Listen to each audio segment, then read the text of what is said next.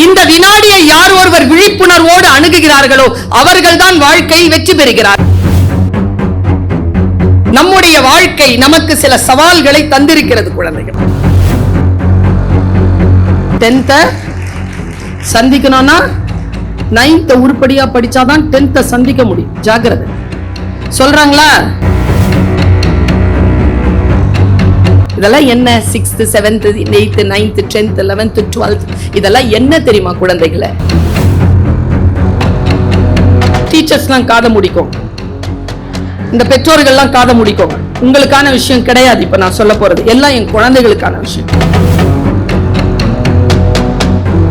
இந்த first mark வாங்குற பொண்ணுக்கு பிரைஸ் கொடுக்க சொல்லல. அது எனக்கு ரொம்ப சந்தோஷங்க. 100 நாளும் ஸ்கூலுக்கு வந்து என்ன பண்ண போறாங்க? குழந்தைகளே, நான் சொல்றத மனசுல உறுதியா வாங்கிக்க. இன்னைக்கு இந்த ப்ரோகிராம பார்த்ததுக்கு பிறகு என் குழந்தைகள் யாரும்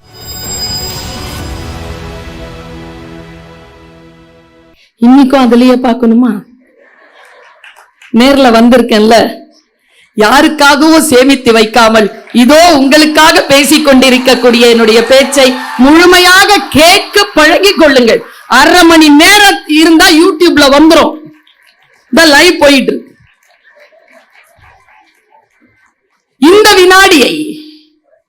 இந்த வினாடியை யார் ஒருவர் விழிப்புணர்வோடு அணுகுகிறார்களோ அவர்கள்தான் வாழ்க்கையில் வெற்றி பெறுகிறார்கள். நான் இப்படி சொல்கிறேன். நம்முடைய வாழ்க்கை நமக்கு சில சவால்களை தந்திருக்கிறது. குழந்தைகள் இங்க 9th 10th +1 +2 குழந்தைகள் இருக்கிறீங்க. அதுக்கு பின்னாலேயும் 6 7 8 9 இருக்கலாம். உங்க எல்லாருக்குமா சேர்த்து ஒரு விஷயத்தை சொல்றேன். 10th யாராவது இருக்கியாப்பா? 11th 9th ஒன்னும் இல்ல, இரு. 9th கிட்ட என்ன சொல்லுவாங்க தெரியுமா? Board exam. 10th சந்திக்கணும்னா 9th உருப்படியா படிச்சாதான் 10th சந்திக்க முடியும். ஜாக்கிரதை. சொல்றாங்களா? சரி, அப்போதான் நீ ஜெயிப்பேன்னு சொல்றாங்களா? ஜெயிச்சு வந்துருச்சுங்க. 10th கிட்ட என்னப்பா சொல்றாங்க?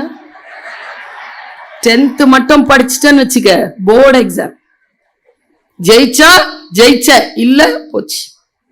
ஜெயிச்சிரு, அவ்வளவுதானா? பட்டொளி வீசி பரப்ப நீ நம்பி பாஸ் பண்ணி வந்து உட்கார்ந்து இருக்கு +1. என்னப்பா சொல்றாங்க உனக்கு? இப்போ போர்டு எக்ஸாம் ஒழுங்கா படிச்சாதான் +2 சந்திக்க முடியும். ஒழுங்கா படி, இல்லனா படிச்ச 10th எல்லாம் வேஸ்ட். சொல்றாங்களா? அப்படி சொல்லி பாஸ் பண்ணிட்டு வந்திருக்குது +2.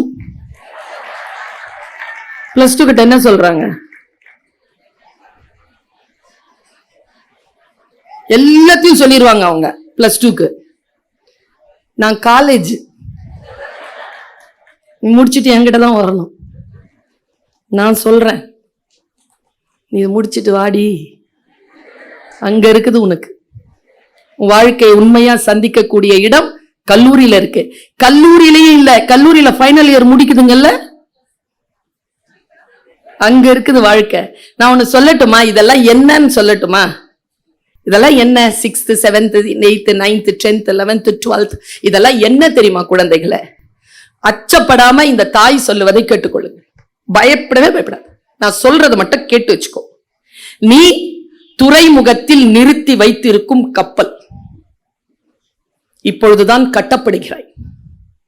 அவர்கள் என்ன அதை உன் கட்டமைவில் எப்படியெல்லாம் நீ கட்டப்படுகிறாயோ அனுமதி, உறுதியான உன் கட்டமைப்பை ஏற்படுத்திக்கொள். ஏனென்றால் நான் சொல்றேன் இல்லையா, இந்த +2 முடிச்சிட்டு பிஎஸ்சி பிகாம் பிஏ பிபிஏ எல்லாத்தையும் முடிச்சிட்டு, இல்லன்னா பிடெக் பிஇ எம்பிபிஎஸ் எல்லாத்தையும் முடிச்சிட்டு நீ பெருங்கடலை சந்திக்க போகிறாய். அந்த பெருங்கடலை சந்திக்கின்ற பொழுது இவர்கள் எல்லாம் கூட இருக்க மாட்டார்கள்.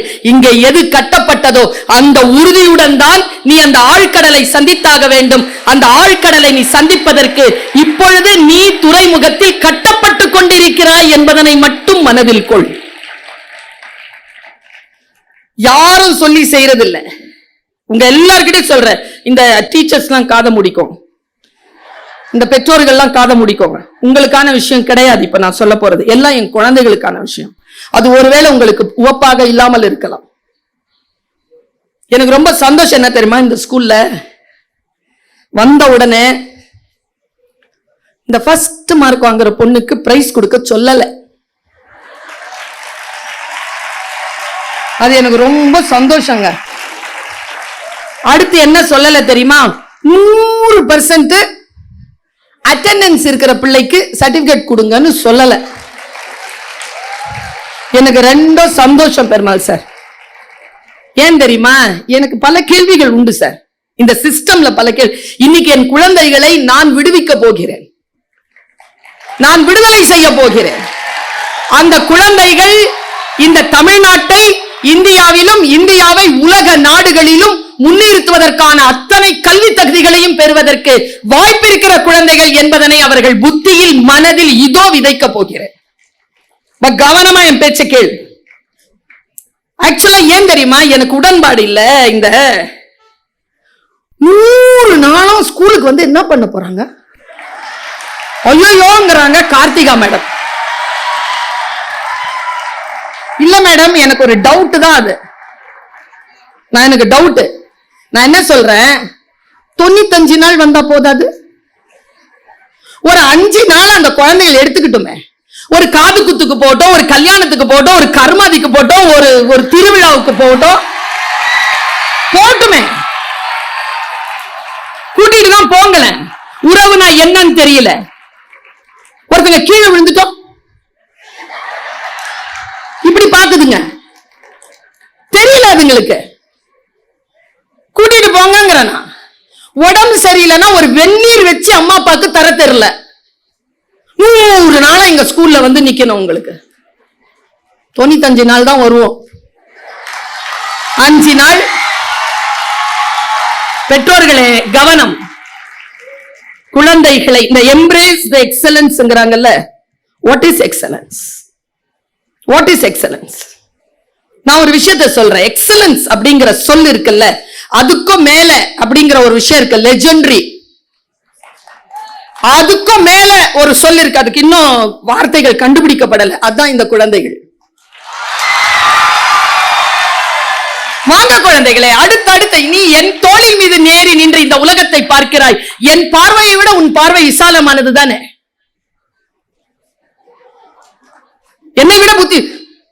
நான் சொன்ன மேடம் கோச்சிக்க கூடாது. ஐயோ இன்னும் என்னென்ன சொல்ல போறாங்களோன்னு பாத்துக்கிட்டே இருக்காங்க. இருங்க குழந்தைகளே, நான் சொல்றத மனசுல உறுதியா வாங்கிக்க. இன்னைக்கு இந்த ப்ரோக்ராம பார்த்ததுக்கு பிறகு என் குழந்தைகள் யாருமே ஃபெயில் ஆகிறதுக்கு வாய்ப்பே கிடையாது. நான் சொல்றேன், இது என்னுடைய 25வது ஆண்டு வெள்ளி விழா as a teacher.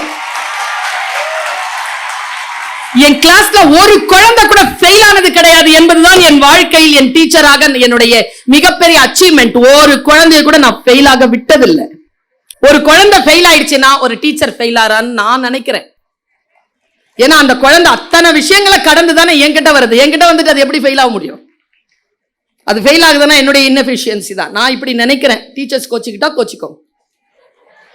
குழந்தைகளே, நீங்கள் ஃபெயிலாக பிறக்கவே இல்லை. ஏனென்றால் ஃபெயிலாக பிறந்தீர்கள்னா 8வதுல ஃபெயில் ஆயிருக்கணும்ல. 9 எப்படி வந்தீங்க? 10th ஃபெயில் ஆகணும்னா எதுக்கு 9th வந்தீங்க? 9th வரைக்கும் வந்துட்டீங்களா? எப்படி 10th ஃபெயில் ஆக முடியும்? முடியாது, வாய்ப்பே கிடையாது. நீங்க முயற்சி செய்தால் ஒழிய நீங்கள் ஃபெயில் ஆக முடியாது. அவ்வளவுதான். ஃபெயில் ஆகிறதுக்கு முயற்சி செய்யாதீர்கள். இன்னொரு விஷயம் சொல்றேன், எப்பவுமே எதையுமே ஏன், எப்படி, எதற்கு என்று கேளுங்க. எது உங்களுக்கு முன்னால் நிகழ்த்தப்படுகிறதோ அதுல ஃபுல் டைம் கான்சென்ட்ரேஷன்ல கொடுங்க.